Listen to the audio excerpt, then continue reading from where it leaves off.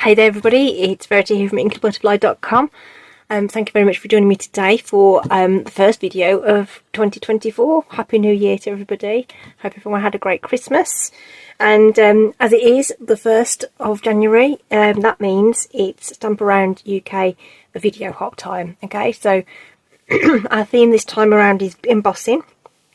In the description of this video there's going to be a bunch of links to other videos that it would be really great if you could pop along and share the love and like, comment, subscribe and get inspired by everybody else's projects as well. So just sort of lend some support there.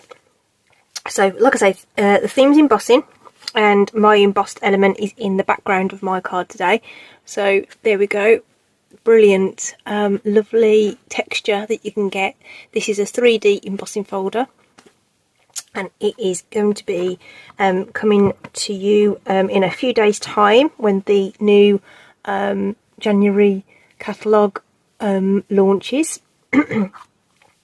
However, this is also what we call a sale-a-bration item, okay, and it comes with a little mini stamp set. So together they're called Softly Sophisticated, the stamp set and the embossing folder, 3D embossing folder, come as a little mini bundle there. And you can earn this for free during our sale-a-bration event that runs through January and February. Okay, so you have to make a qualifying order. So some items are available with a £45 order and others are for £90. So if you place £90 worth of product order, you can actually select this for free. Okay, so this is what we're using. Lovely little set this is, and it might be you know, a smaller set. I mean, it is free after all, so there's less stamps in it, but it's a really cute little set. Two-step stamping to build up the floral images. So these pair go together, these pair go together, and then you've got the nice sentiments that you could use as a standalone. Obviously the embossing folder you don't have to use with the stamp set at all, and you can use it on its own as well. So great little set. Let's pop that to one side for a moment. Okay, colours by the way are boho blue and old olive. Okay, so this is one of the in colours, okay, that came in 2023. Very cute. This is the iridescent ribbon. This is retiring. This is last chance stuff, so if you've got it, great, and use it up. I just wanted to get something used up on there, but the little gems in the background are also new. Okay, and they are called the iridescent foil gems, and they are little little dots, but they've got like gold foil inside them, which is really nice. So I thought I'd chuck a couple of those on as well. Alright, so that's what we're doing today. Now, as always, we're going to change up the colourway. So we're going to swap out the boho blue for one of the other in colours in that set, which is Moody Mauve. Okay, so I've got a card base cut there. Let me pick that up and put that away. Card base in Moody Mauve, and I've also got a full card layer. So rather than emboss the actual card base, I'm going to do that full layer, and we're going to use the embossing folder to emboss that. And the panel in the middle, we're going to stamp on, it is 3 inches by 2 inches. Then we've got Moody Mauve layer, which is 1/4 of an inch taller and narrower, so that's 2 1/4 by 3 1/4, and then I've got another bit of basic white there, which is 2 3/8 by 3 3/8. Okay, so with that extra white layer, it just helped it all pop. I wasn't going to put it on, but when I layered it together, the background layer just sort of sank into the background, so that pop of white just frames it a little bit and makes it pop from the card. Obviously if you want to try it without, then go ahead, and obviously you can mix and match these colours, use whatever you've got. Okay, so in the embossing folder we'll get this done first. We're just going to line this up. So I like to try and get it so that the pattern kind of looks even on the top, bottom, sides. Okay, And then we're going to bring across the embossing plate. So obviously this is a full size folder, which means we're going to need the big boss for this. Okay, let me just pop that to one side. All the instructions that you need to use this are actually on this base platform that you always need. You always need the #1 plate. Always need this. Okay, the focus is going to go a bit weird, I think, with me having so many things on there. But for 3D embossing folders, here's the instruction, and we need the base platform #1, and we need that dark grey plate, which is the #4 plate. So I'm just going to pop our embossing folder on there. The fold is going to go in, and we're going to grab my #4 plate here. This is the dark grey plate. Put that on top, and we're going to roll it through the machine. And you should feel it go through, but it shouldn't be difficult to roll through. Okay. If it's difficult to roll through, then something's gone wrong with your sandwich. So when we open that up, okay, let's pop that away.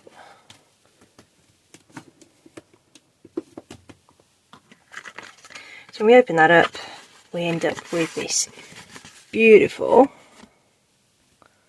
embossed pattern. And then on the other side, you've got this, the deboss. Okay, so you know, you could choose to use that side as well, because that is just as pretty. Okay, so you could opt to do that, which actually looks really, really nice. And do you know what? Let's just do it. The other thing you can do as well, you could add some extra ink on there, make that pop out a little bit, but we're going to try and keep it as simple as possible today. Okay, and we're just going to use it as is. Now I'm going to use my tape runner. Sometimes you might find that the tape runner will pull some of that texture, and I'm going to use plenty of this tape because the embossing process does, like, you know, bend it a little bit, so we want to make sure that it's nice and stuck down and nice and flat. And we'll pop that down onto that card base. Okay, so it's not as tactile, but I think it's equally pretty that way up. Okay, but you know, it's all ideas, mixy matchy and all that. So on this little teeny tiny 3x2 piece, we're going to do our stamping. So we're going to stick with the old olive as the green, but obviously we're going to bring in the moody mauve as the accent colour. I'm going to start by stamping the sentiment down at the bottom here. And that just means that we make sure that we've got room for it. There'll be plenty of room for the actual image itself, but I just wanted to make sure that that wasn't going to end up too far down at the bottom. Then we'll do our foliage in the old olive. So now we've got plenty of room to just hover around and just make sure that that's going to land where we want it to. Bearing in mind, I know that a bud's going to end up over here somewhere. With the two-step stamps, it's quite nice just to use some scrap paper and just sort of work out how they fit together. Sometimes it's not immediately obvious. So that was old olive, if I didn't say. And then here's our next layer. So this little bud sits here, and then the big flower sits in the middle. So I'm just going to make sure that that bud lines up and that larger flower isn't overlapping any of the foliage I've already popped down, and we're going to just pop that into place. And you know what, if it isn't quite perfect, it isn't going to matter too much. Okay, so that's it for our stamping. It's dead easy. Photopolymer so you can see through it, which is even better. So we'll just use our seal again and layer this up onto our moody mauve. This was 2 1/4 by 3 1/4.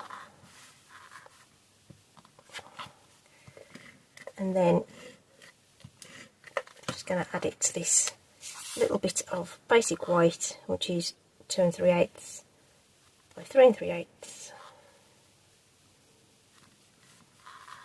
There we go, and that's our panel all done. Just need some dimensionals onto the back of this. So you want the middle to have some support, so I'm just going to pop those in like so. Give them a good press, and then we can just lift off those dimensional packs.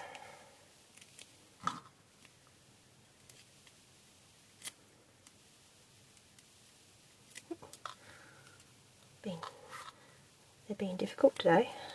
There we go, all was easy. Just so that I can make sure that this is positioned exactly as I want it to, I'm going to add some wet glue. It's not to make it stronger, it's just to give me that bit of wriggle room. Dimensionals are really